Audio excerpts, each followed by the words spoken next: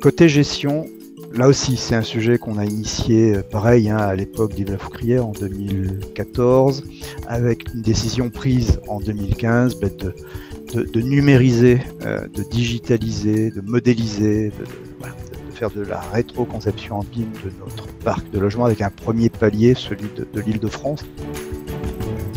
Bonjour à toutes et à tous, j'espère que vous allez bien.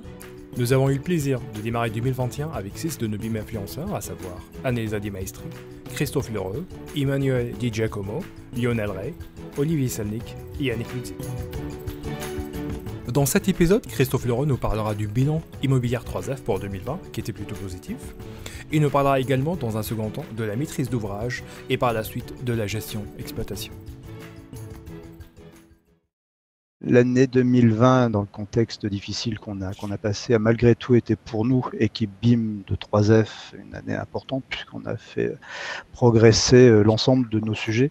Alors en tant que bailleur social, je le redis, Immobilier 3F est un bailleur social, et en tant que bailleur social, on a à la fois une activité de maîtrise d'ouvrage, en construction neuve et puis en réhabilitation. Et sur ce domaine-là, on a bien progressé, je vous en dirai un mot dans quelques instants.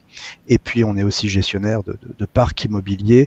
Et sur ce sujet-là aussi, 2020 a été une année de forte progression. Alors, côté maîtrise d'ouvrage, le BIM, c'est une démarche qu'on a lancée maintenant il y a 6 ans, fin 2014.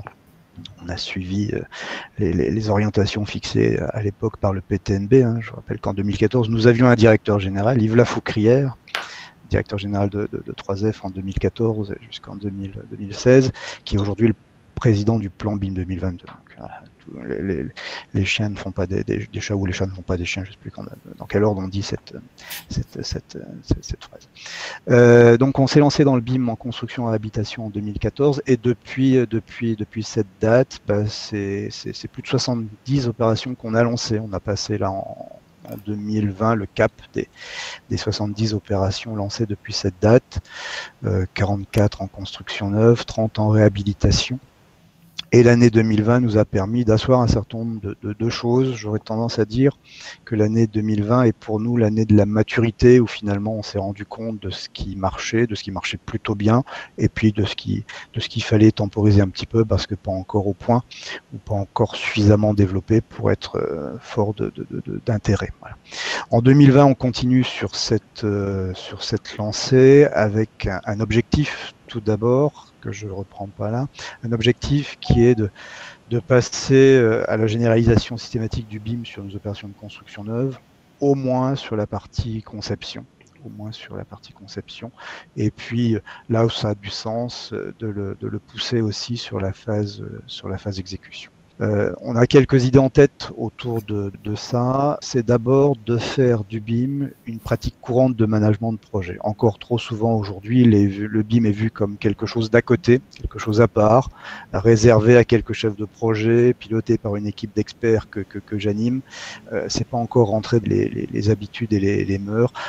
Voilà. 2020, c'est l'année où on souhaite faire du BIM une pratique courante de management de projet, que ce soit facile à mettre en œuvre par les opérationnels. On reste, ça c'est quelque chose auquel on est attaché aussi, et qu'on va aussi encore pousser en 2021, à trouver les cas d'usage qui sont porteurs de valeur ajoutée pour nous, maître d'ouvrage, bailleur social, producteur de logements à HLM. On va explorer un certain nombre de cas d'usage, mais se resserrer, se concentrer sur ceux qui sont réellement porteurs de valeur ajoutée. On a commencé à le faire. Aujourd'hui, on a un socle de 5 cas d'usage qu'on systématise sur l'ensemble de nos opérations. 3F, c'est un gros groupe. Il y a la maison mère Immobilière 3F qui opère en Île-de-France, mais c'est aussi un réseau de filiales régionales. Et le niveau d'appropriation ou le niveau de diffusion du BIM n'est pas uniforme sur l'ensemble de nos structures.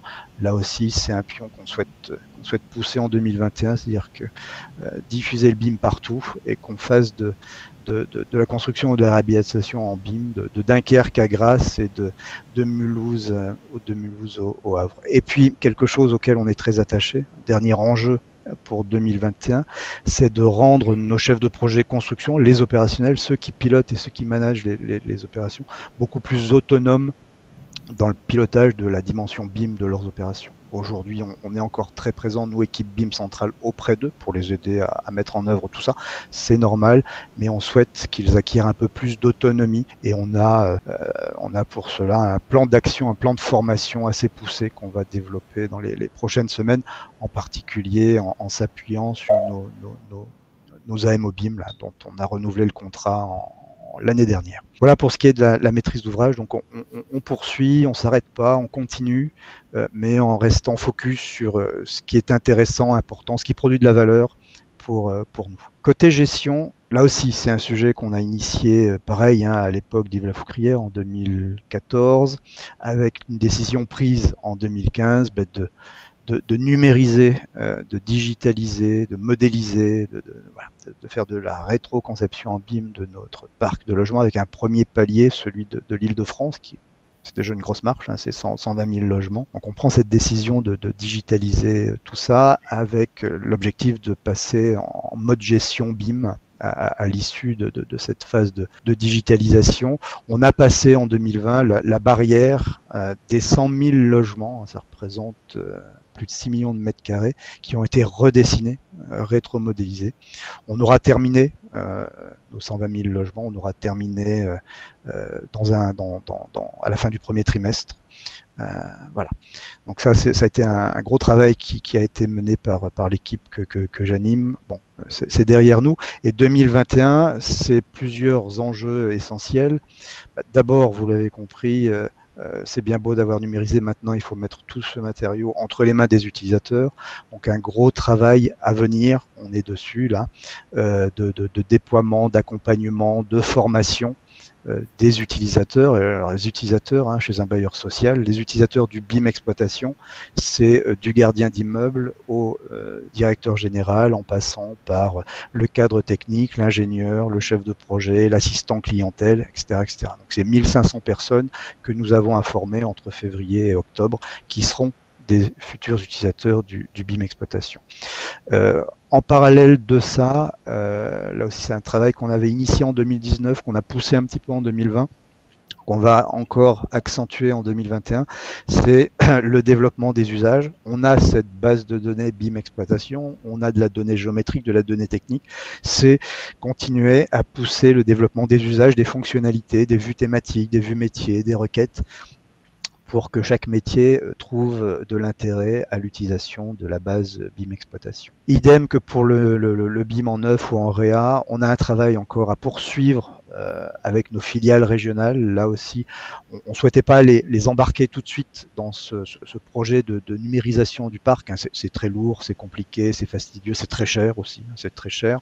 Bon, nos filiales n'ont pas forcément les mêmes moyens, tant humains que financiers, que la maison mère.